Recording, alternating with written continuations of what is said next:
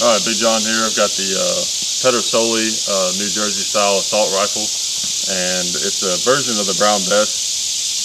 It's a pretty neat gun. I'll admit I don't really know much about these things. Dad's had this thing sitting around for years, and I've always thought it was really cool. And I've always thought flintlocks are really cool.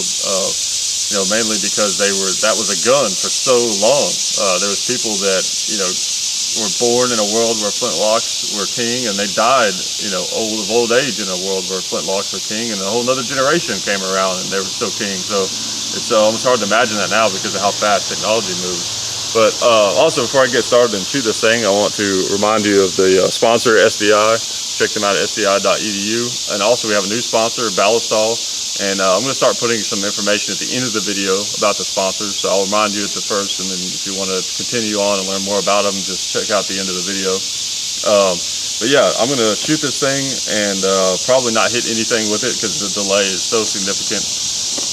It's just, it's difficult. It's difficult to hit anything. I mean, it's almost like the delay sometimes on these is so bad where you flinch and then you feel like you can correct your flinch at the same time. So it's kind of ridiculous. So it's half cocked right now, which I hear is a bad way to go, but we're going to go ahead and full cock it. Alright, I'm going to try to shoot the propane tank, and more than likely I will shoot something else, but I'm going to try.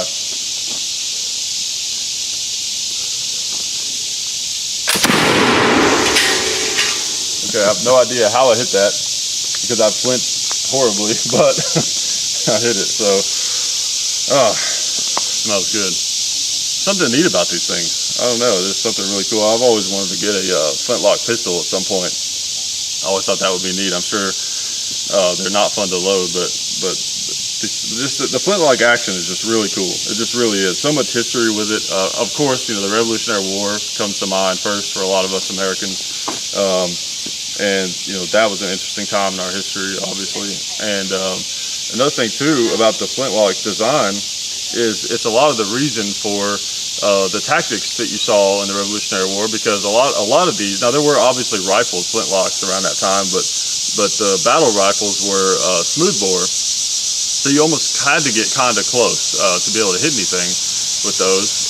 And in the Civil War, they were still using the same tactics, but they actually had accurate rifles, which is why they just tore each other to shreds. Not that the Revolutionary War wasn't as bloody, but that was a lot of why I think that they fought that way in the Civil War. It seems like was because they were used to these inaccurate muskets basically, and they like to get close. But anyway, it's a really cool gun, and appreciate you guys for checking out the video. And don't forget to check out Gun Culture Radio and Facebook. All those links are in the description and stuff. And stay tuned if you want to check out about the sponsors. Thanks. Okay, now that the video is over, I want to take a minute just to talk about the sponsors that we have here over on the Hickok 45 and Son channel. The first one is SDI. Check them out at sdi.edu. They're a really cool online accredited gunsmithing college. They have a lot of other things that they offer. Go to their website, check that out. That's a really cool opportunity. They take GI Bill. It's just a great way to get in the gun industry. Check them out. Also, the new sponsor is Ballistol. It's a great lubricant. We've been using it for years and years, long before the YouTube days, and it's just great for everything. Guns, obviously, it's good for even restoring old guns if you need to get some rust off without completely damaging what little finish it has left on it.